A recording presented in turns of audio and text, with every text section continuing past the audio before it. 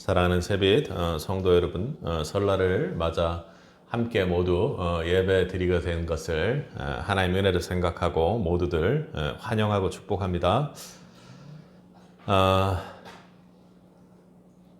친구들과 매일같이 연락을 하고 모임마다 빠지지 않던 한 자매가 있었습니다.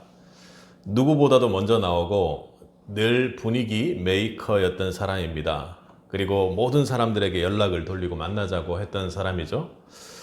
그런데 어느 날부터 그 사람이 연락이 뜸해지더랍니다. 그리고 모임에 나오는 횟수도 조금씩 이렇게 줄어들더니 이제는 연락을 해도 답장이 늦고 볼 수 없는 상황들이 자주 되었습니다.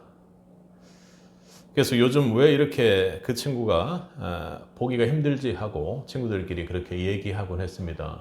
무슨 일이 있나 봐. 그래서 어느 날 간만에 나온 친구에게 그렇게 직접 물었습니다. 야, 너 요새 왜 이래? 왜 이렇게 변했지? 우리 배신한 거 아니야? 막 이러면서 그렇게 웃으면서 물었습니다. 그랬더니 그 자매가 뭐라고 얘기했을까요? 뭐라고 얘기했을까요? 나 남자친구 생겼는데 이렇게 얘기했다고 합니다. 그 한마디에 모든 사람들이 놀라면서 배신자라고 하는 사람들도 있었지만 다들 고개를 끄덕이고 그럴 수 있지, 이해가 간다, 이렇게 고개를 끄덕였습니다. 왜 그래요? 그 자매에게 시간이 없어서 못 나온 것이 아니라 그 자매의 삶의 우선순위가 완전히 바뀐 것을 다들 동의했을 거기 때문에 그렇습니다. 무엇을 가장 소중히 여기느냐가 달라지자 그녀의 시간 사용의 선택도 삶의 방향도 달라진 것입니다. 그래서 사람들이 이야기하기를 너 진짜 좋아하나 보다 이렇게 얘기를 했다고 합니다. 이처럼 사람이 달라졌다는 것은 겉모습을 변하는 것이 아니라 본질적으로 따져보면 그 사람의 삶의 우선순위가 완전히 변화되었기 때문에 그럴 것입니다. 저도 그런 적이 있었어요. 하도 그 회사 경영이나 이런 것 때문에 어려워하는 제가 아는 선배가 있어서 무엇을 입을지 무엇을 먹을지 그것에 대해서 너무 염려 좀 하지 말라고 예수님이 그렇게 얘기하지 않냐고. 제가 목사님인 줄 아니까 그렇게 웃으면서 저랑 친하니까 공격을 하더라고요. 참 예수님 참 답답하시다. 세상 사람들이 먹고 살고 하는 것 때문에 이렇게 막 미칠 정도로 막 머리가 뽀얘질 정도로 서로를 막 죽이고 살릴 정도로 그렇게 분주하고 바쁜데 예수님은 왜 언제나 그렇게 태평한 소리만 하냐, 이렇게 얘기를 했습니다. 여러분도 그렇게 생각하시나요? 오늘 본문의 상황도 그렇습니다. 예수님 당시에도 사람들은 같은 걱정 속에서 살고 있었습니다. 지금하고 똑같은 걱정이에요. 항상 사람들은 그런 걱정을 하는 거죠. 요즘이 살기가 힘들어서가 아니라 그 당시에도 그 이후에도 사람들은 대체로 그런 걱정들만 합니다. 예수님 당시에 로마의 압제와 경제 불안 속에서 사람들은 하루하루가 생존의 문제였고 정말 죽고 사느냐의 문제였습니다.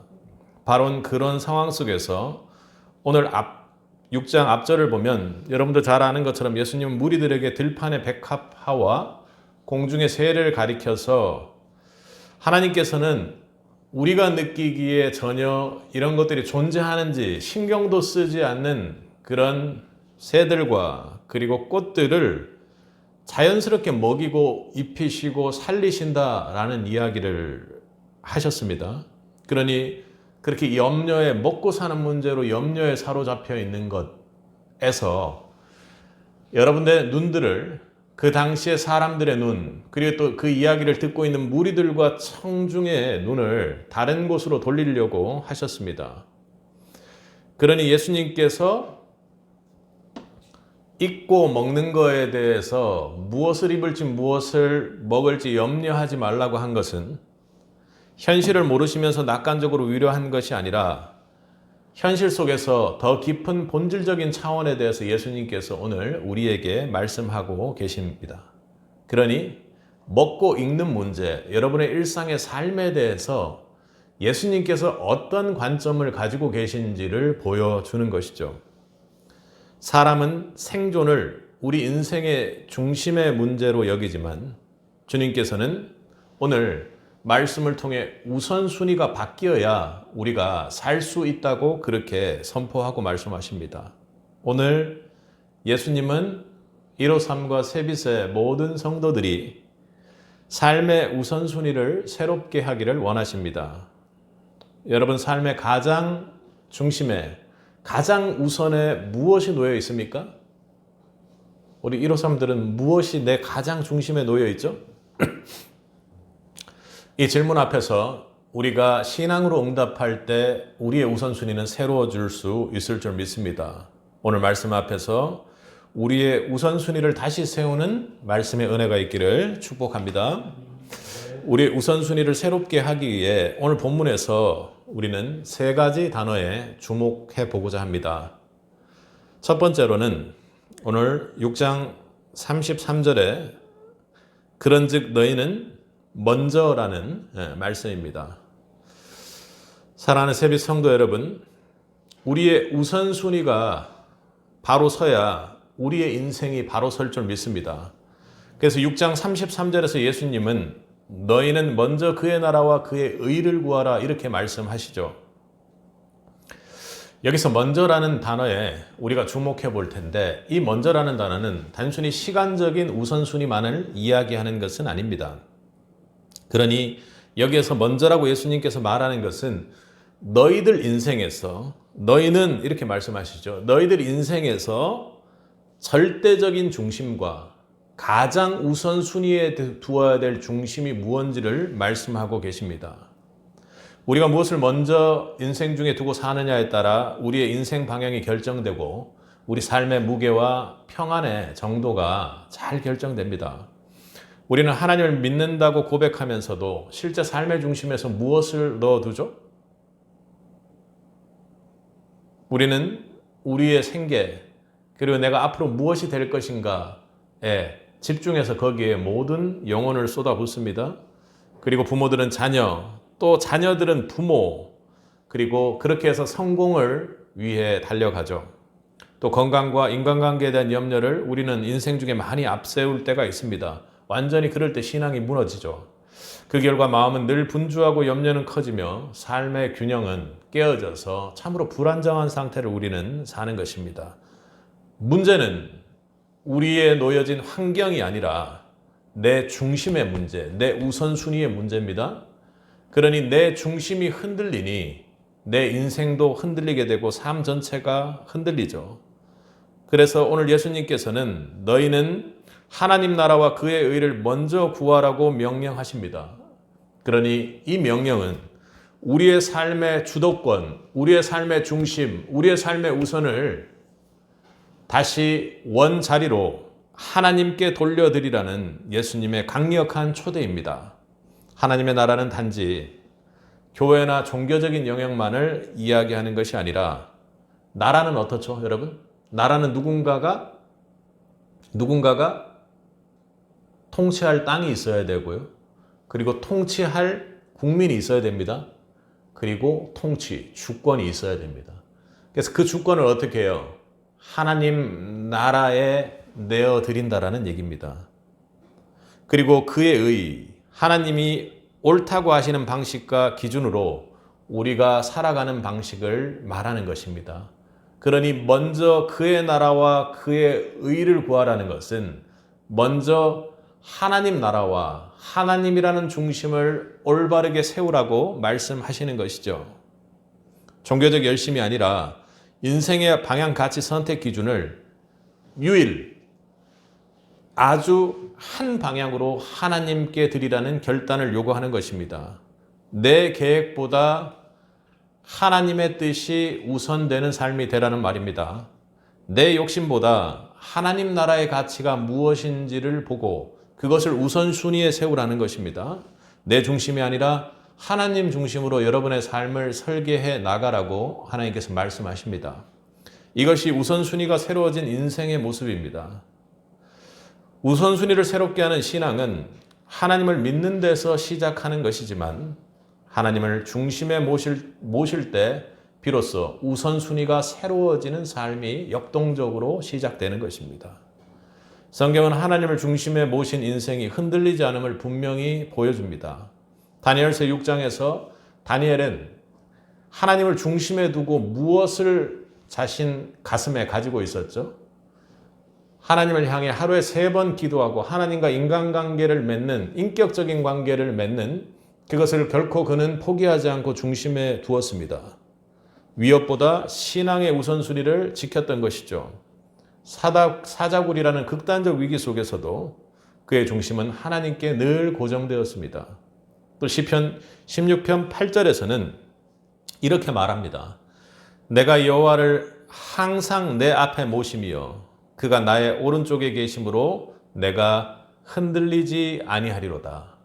아멘. 하나님께서 내 오른쪽에 계신다는 게 무슨 의미죠? 내 주도권과 내 중심을 가지고 내 능력의 근본이 되신다고 그렇게 말합니다. 하나님을 중심에 모신 인생은 환경이 아니라 하나님의 임재를 중심으로 움직이기 때문에 결코 흔들릴 수가 없는 것이죠.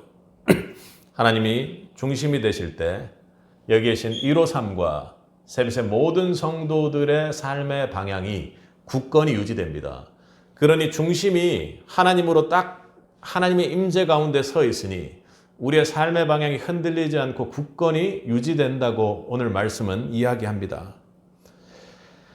상황은 동일해도 우리의 마음의 질서가 회복되고 중심이 분명하면 방향이 분명해지면 인생은 더 이상 방황하는 인생이 되지 않는 것입니다. 많은 사람들은 문제 해결을 인생의 우선순위로 삼지만 예수님은 중심을 바로 세우라고, 중심을 하나님께 맞추라고, 중심을 하나님 나라에 맞추고 하나님의 방식에 하나님 뜻에 맞추라고 이야기를 합니다. 왜요? 중심이 그렇게 서면 우리의 인생이 바로 설 것이기 때문에 그렇습니다. 하나님이 중심이 되면 우리의 삶은 하나님 나라의 방식대로 정리가 되고 우리의 마음은 예수님의 평강 안에 평강을 찾으며 우리의 인생은 하나님 나라의 길로, 하나님의 사명의 길로 그렇게 이끌려가는 것입니다. 사랑하는 세빛 성도 여러분, 하나님을 삶의 가장자리에 두고 찾아서는 안 될 것입니다.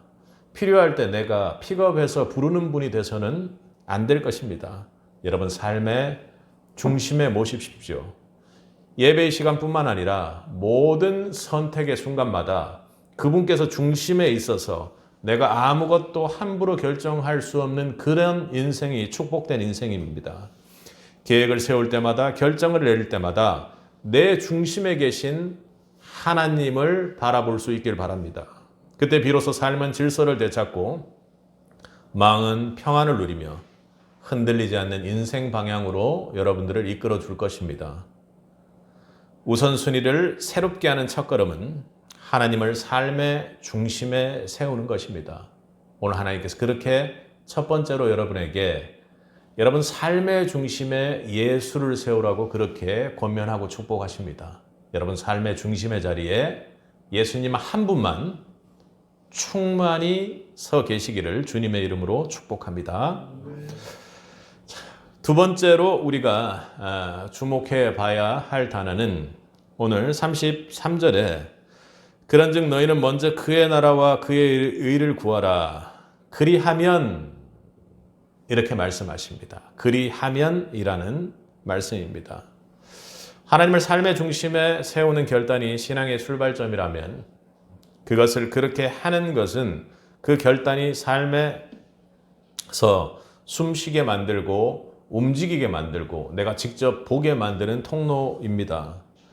여기서 그리하면은 단순한 결과 설명이 아니라 조건의 설명이 아니라 하나님 나라를 먼저 구하는 삶이 우리의 선택과 행동 속에서 그리 되어야만 한다고 이야기를 하는 것입니다. 하나님을 가장 먼저 인생 중에 둔다고 입으로 이야기하는 것과 그리고 그 결정이 삶의 우선순위로 나타나는 것은 전혀 다른 문제이죠. 우선순위가 결단에 머물지 않고 삶이 되려면 무엇이 따라야 합니까? 그리하면, 먼저 그의 나라와 그의 의를 구하면 이라고 주님께서 말씀하신 그 말을 실제로 그리하면입니다. 그러니 우선순위가 결단에 머물지 않고 삶이 되려면 반드시 그에 대한 순종이 따라야만 하는 것입니다. 순종은 말이 아닙니다. 순종은 감정이 아니죠. 순종은 우리의 삶이며 실제로 신앙으로 살아내는지의 여부입니다. 우리는 하나님을 믿는다고 말하면서도 중요한 선택 앞에서는 여전히 계산을 하죠. 앞으로 내가 무엇을 해야 될 것인지, 어떻게 해서 돈을 벌어내야 될 것인지, 앞으로 내 인생은 어떻게 해야 할 것인지, 그리고 우리의 인생과 안전, 그 모든 것에 효율적으로, 이성적으로 따지려고 합니다. 그런데 하나님 나라를 우선순위에 둔 사람의 순종의 선택은 때로는 다를 때가 많습니다. 정직이 손해처럼 여겨져도 진실을 선택하고 용서하기가 어려워도 죄를 왜 용서해? 욕을 한마디 바가지 실컷 해주면 좋을 것을 그렇게 하지 않고 그를 사랑하고 기도하는 선택을 합니다. 이익보다는 하나님 말씀에 순종하는 그 불편함을 택한다라는 것이죠. 이것이 하나님 나라의 가치가 삶 속에서 드러나는 방식입니다. 순종은 신앙을 설명하는 언어가 아니라 하나님 나라가 드러나는 삶을 설명하는 방식이라는 것입니다. 그러니까 순종이 그냥 그런 말이 있었지, 이런 얘기가 있었지, 뭔가 복종하는 얘기지 하는 말을 설명하는 것이 아니라 그 말이 담고 있는 가장 중요한 함의는 실제로 하나님 말씀을 내 삶에서 실제로 그렇게 하면 하고 그것이 내 삶에서 실제로 나타나느냐 하는 것입니다. 중심에 계신 하나님, 중심에 있는 하나님 나라의 법규를 그대로 따르며 사느냐 하는 것이죠. 예수님은 순종이 하나님 나라의 백성의 정체성을 드러내는 표지라고도 그렇게 말씀하셨습니다. 누가 천국에 들어가나요? 예수님을 주여 주여 하는 사람이 그렇게 천국에 들어가나요? 아니요. 주여 주여 하는 자마다가 아니라 아버지의 뜻대로 행하는 사람이 하나님 나라에 합당하다고 예수님께서는 그렇게 말씀하셨습니다. 신앙은 입술의 고백에서 멈춰서는 안 됩니다. 신앙은 내가 그럴 의도가 있었다라고 생각하는 것에서 멈춰서는 되는 것이 아닙니다. 순종 속에서 실제가 되고 하나님 나라를 먼저 구하는 삶은 결단으로 시작되어 순종으로 완성의 과정을 거쳐갑니다. 우선순위를 새롭게 하는 신앙이 삶을 하나님 중심으로 바꿔야겠다는 여러분들의 결단이 있었다면 순종은 그 결단이 진실이었는지를 증명해 주는 것입니다. 성경은 순종의 자리에서 하나님의 역사가 시작된다는 걸 보여주죠. 순종의 자리에서 하나님의 역사가 시작된다는 것은 무슨 얘기인가요? 맞아요. 그 순종의 자리에서 우리의 삶에 역동적인 변화, 그리고 하나님 역사 속으로 우리가 새롭게 삶을 변화시키는 계기가 된다는 것을 말합니다. 우리 지난주에도 살펴봤던 것처럼 여호수아 3장에서 요단강에 먼저 발을 들여놓았을 때 물이 갈라진 것입니다. 물이 갈라지기를 기다렸다가 그것을 보고 반응한 것이 아니라는 것이죠. 그리고 요한복음 2장 처음 가나안의 혼인잔치에서 예수님 앞에 놓인 상황은 너무나도 결핍된 잔치 중에 포도주를 먹을 수 없는 상황이었습니다. 그런데요, 손 씻는 물이 포도주로 변하는 역사는 무엇이었습니까? 하인들이 순종하여 그 손 씻는 물을 예수님 앞에 가져다 놓았을 때 은혜의 역사가 일어났던 것입니다. 순종은 결과를 본 후에 하는 행동이 아니라 우리의 결단대로 신앙의 발걸음을 먼저 내딛는 것입니다. 그래서 삶 속에서 순종은 우리의 삶을 더 어렵게 만들 수가 있습니다. 그렇게 갈라지지도 않은 요단강에 발을 내어 딛고 갈라지지 않는 물에 내 발을 넣었을 때 차갑고 다른 사람들의 또 따가운 시선들을 받을 수가 있을 것입니다. 그리고 손 씻는 물을 갖다 내어 놓았을 때 이걸 대체 어쩌란 말이냐, 그리고 이 더러운 물을 어떻게 먹을 수 있는 거라고 상위에다 올리느냐 하고 핀잔과 방해를 받았을지 모르겠습니다. 분명히 우리의 순종이 처음에 우리를 단순하게 삶을 어려운 쪽으로 이끌지 모르겠습니다. 그러나 하나님의 뜻을 따르는 선택이 언제나 편안해 보이지 않을지 몰라도 그렇게 선택하며 순종할 때 우리의 삶은 매우 단순 명료해지고 분명해집니다. 기준이 분명해지면 선택이 단순해지고 그 선택이 단순해지면 우리의 인생길이 매우 방황하지 않고 또렷하게 바뀐다는 것입니다. 삶의 혼란은 환경 때문이 아니라 우리가 세운 내 마음의 중심이 있다고 하는 그 하나님을 순종하지 않는 데서 혼란스러워지는 것이죠.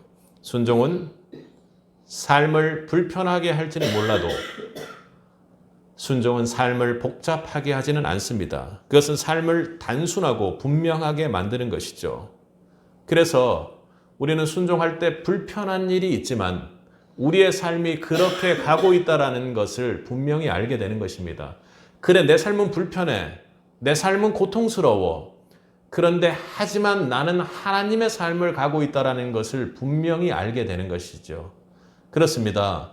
순종은 때로는 불편하고 힘들 때가 있습니다. 그러나 순종이 이루어 놓는 역사는 그 불편함 속에서도 계속 반복적으로 일상 속에서 우리가 순종을 행할 때 한 번의 결단만이 아니라 반복되는 선택을 통해서 충분히 형성되는 습관이라는 것입니다. 오늘 그리하면은 내 인생 중에 매일 먹고 마시고 하는 문제를 생각했던 그리하면처럼 우리의 순종 또한 단순히 단 한 번 어렵고 불편한 길을 겪는 결단을 해내는 것이 아니라 우리의 일상 속에서 내가 밥 먹고 입고 생각했던 그런 것들처럼 쉬지 않고 매일 계속해서 어떠한 선택 속에서 주님을 붙잡고 순종해 나가라는 것입니다. 그때 우리에게는 순종이라는 신앙이, 그리고 우리의 우선순위를 실제로 삶 속에서 새롭게 한 신앙이 생겨나가는 것입니다.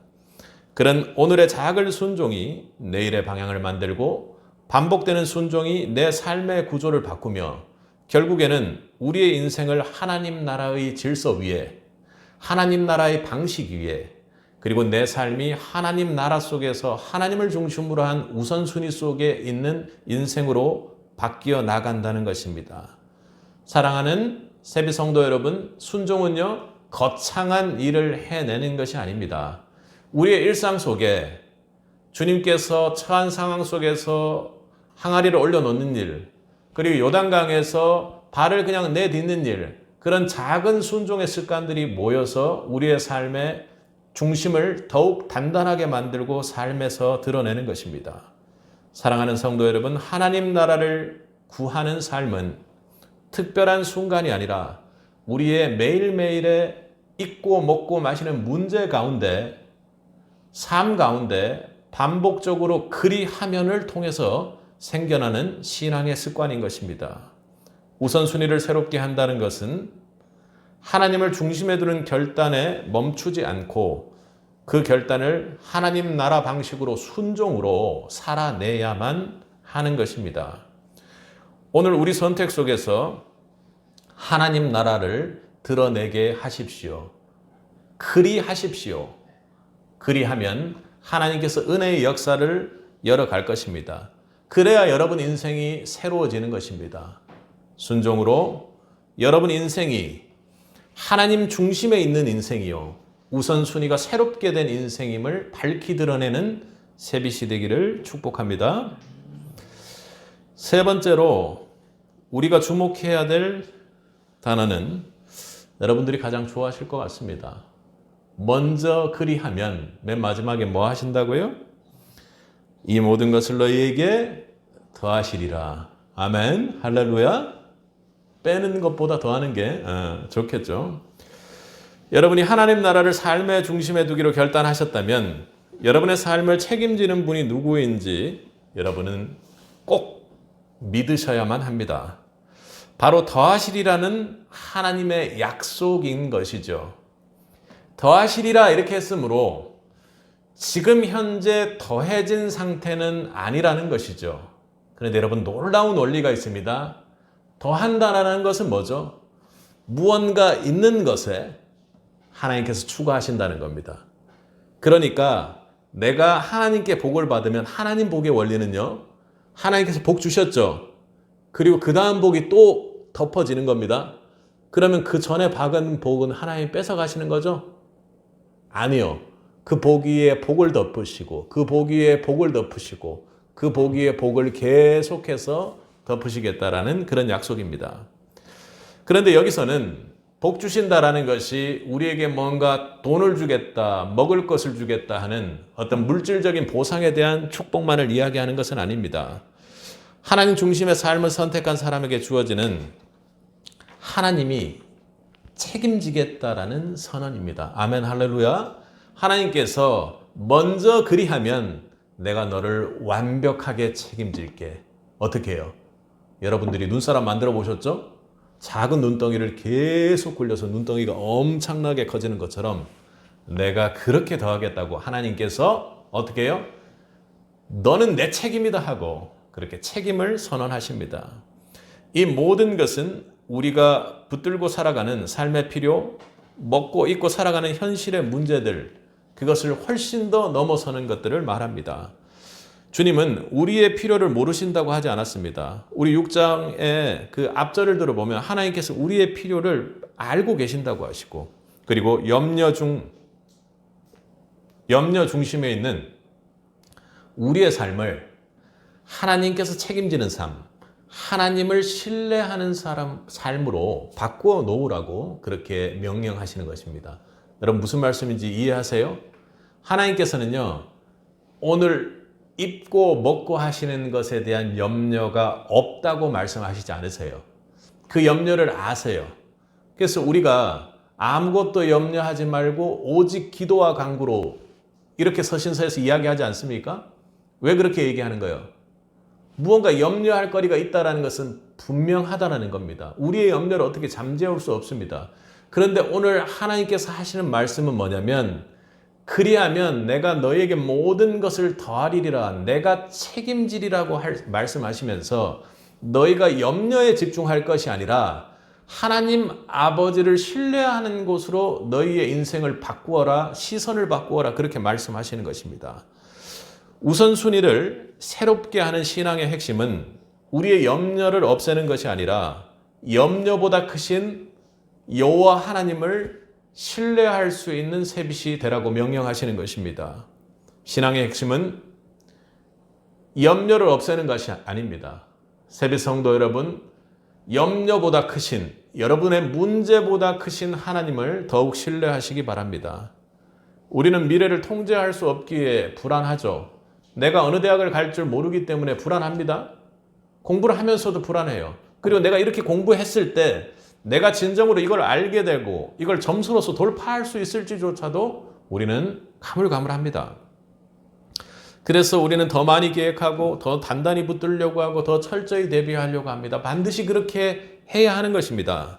그런데 하나님의 삶은, 하나님을 중심에 둔 삶은, 오늘 본문의 오늘 제목의 말씀대로 하나님을 우선순위에 두는 삶은, 우선순위를 새롭게 한 삶은 내가 이 세상에 있는 것, 나에게 있는 문제를 붙들고 그것을 철저히 하는데 내 삶의 중심이 있는 것이 아니라 모든 것을 하나님께 맡기는 태도로 바뀌어야 한다는 것입니다. 물론 내가 열심히 해야죠. 하지만 그 모든 결과, 나를 성장시키는 99.9%가 아니라 100% 모든 것이 하나님께서 나를 성장시키는 것이다 하고 하나님을 신뢰하고 맡겨야 한다는 것입니다. 하나님께 맡긴다는 것은 우리의 무책임을 의미하는 것이 아닙니다. 우리의 책임 다할 바를 다 해야 합니다. 그것은 바로 하나님이 내 삶의 전적인 주권자임을 인정하는 믿음을 고백하는 것이죠. 성경은 반복적으로 하나님을 신뢰하는 자를 무능하게 만들지 않고 결코 부끄러운 자가 아니라고 그렇게 반복적으로 고백하고 있습니다. 광야에서 먹을 것이 없었던 이스라엘이 어땠습니까? 매일매일 먹을 것이 없었거든요. 하나님께서 어떻게 하셨어요? 매일매일 만나를 주셨습니다. 우리 엘리야 선지자를 이야기하는 사르밧 과부는 어땠습니까? 마지막 남은 가루와 기름으로 먼저 순종하여 내어 주었을 때 통의 가루와 병의 기름이 떨어지지 않았습니다. 하나님을 먼저 선택했을 때 결핍이 아니라 놀라운 공급이, 그냥 공급이 아니라요. 계속 더해지고 더해지고 더해지는 공급이 은혜로 있었다라는 것입니다. 더해 주신다는 약속은 우리가 원하는 모든 것을 준다는 뜻은 아닙니다. 우리가 원하는 모든 것을 주신다는 뜻은 아닙니다. 하나님 뜻대로요. 여지껏 일상 속에서 지키고 보호하시고 함께했던 그 하나님이 거기에 보태서 더해서 여러분께서 그리하면 계속해서 모든 것을 더해서 하나님 뜻대로 하나님 나라로 우리를 이끌어가고 그리고 하나님 나라를 보게 하겠다는 것입니다. 우리의 삶을 단 한순간도 놓치지 않고 하나님께서 책임지고 계신다고 그렇게 얘기하는 것입니다. 때로는 우리가 기대한 방식이 아닐 수 있어요. 나에게 로또 복권을 당첨시킨다든지 내가 전국에서 1등 한다든지 내가 원하는 명문대학교를 간다든지 그것이 우리가 기대한 방식대로 되지 않을지 모릅니다. 그러나 그분은 가장 선한 방식으로 더 깊고 더 선한 방식으로 우리에게 맡겨진 일대로 우리를 살피고 보호하십니다. 그리고 하나님이 더하시는 은혜는 앞서 말했던 것처럼 단순히 세상적으로 높이 올라가는 것이나 물질적인 것만은 아닙니다. 하나님은 어려운 고난 중에도 상황을 이겨내는 힘, 그리고 어려운 문제를 스스로 풀어낼 수 있도록 하는 힘, 그리고 세상에 어떤 어려움이 와도 하나님께서 나를 지키고 있다는 것을 알게 하는 신앙의 힘, 그리고 놀라운 것은 나 같은 죄인을 예수님께서 살리시기 위해 십자가에 달려 죽으시고 우리가 구원받았다라는 신앙의 힘, 흔들리지 않는 죄로부터 공격받았을 때 승리하는 담대함을 우리에게 허락하십니다. 세상이 줄 수 없는 그 평화, 평강을 우리에게 주신다는 것이죠. 하나님을 신뢰한다라는 것은요, 하나님께서 우리에게 어떤 결과를 보여주었기 때문에 신뢰하는 감정이 아닙니다. 하나님을 신뢰한다라는 것은 우리 인생 중에 내가 기대하는 바가 결코 보이지 않는다 할지라도 하나님을 믿는 믿음의 결단인 것입니다. 내일을 알 수 없습니다. 그래도 하나님께서 지키실 줄 믿습니다. 미래가 불확실해도 부족함 속에서도 하나님을 믿고 맡기며 감사할 때 우리의 마음은 염려에서 벗어나 하나님 나라의 평안으로 들어갑니다. 사랑하는 새빛 성도 153 성도 여러분, 오늘 주님께서는 우리의 삶의 우선순위를 새롭게 하길 원한다고 하셨습니다. 하나님을 중심에 두고 순종으로 그분의 통치 안에 살아가며 결과와 필요를 하나님께 맡기고 신뢰하는 자리로 여러분들이 나아갈 수 있기를 축복합니다. 하나님을 먼저 구하는 삶은 더하는 삶이지 뺄셈의 삶, 결핍의 삶으로 끝나지 않습니다. 믿습니까? 하나님이 책임지시는 인생은 결코 흔들리지 않습니다. 왜요? 중심에 분명한 하나님의 임재가 있기 때문입니다. 하나님께 맡긴 삶은 부족함 속에서도 평안을 누리고 불확실한 미래 속에서도 담대히 걸어가며 하나님께서 참 신실하구나, 하나님께서 역사하시는구나 하는 것을 경험하는 은혜의 삶입니다. 사랑하는 성도 여러분,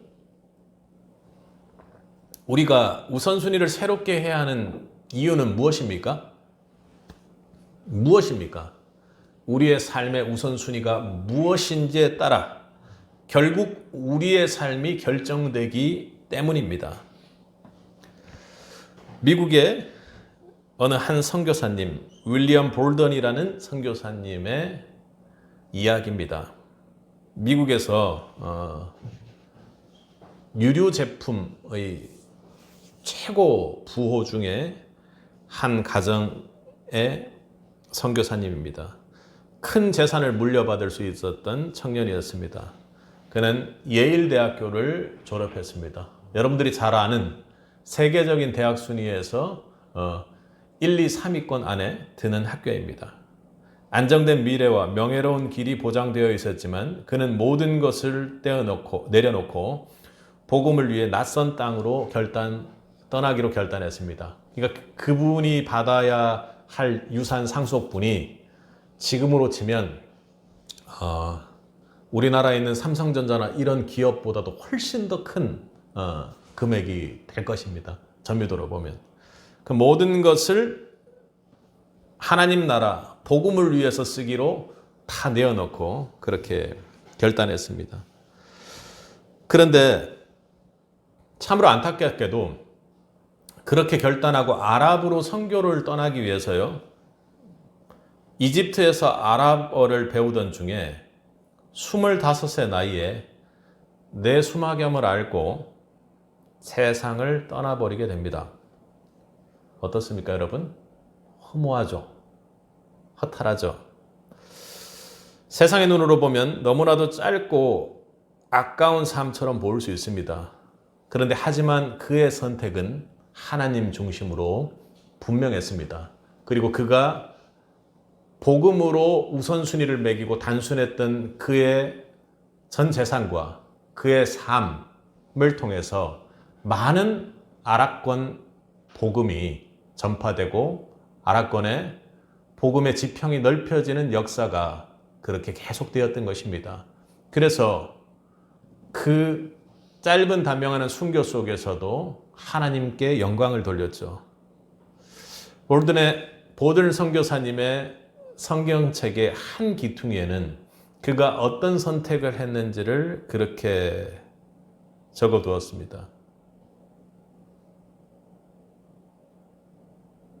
남겨둠 없음, 그리고 물러섬이 없음, 그리고 후회가 없음.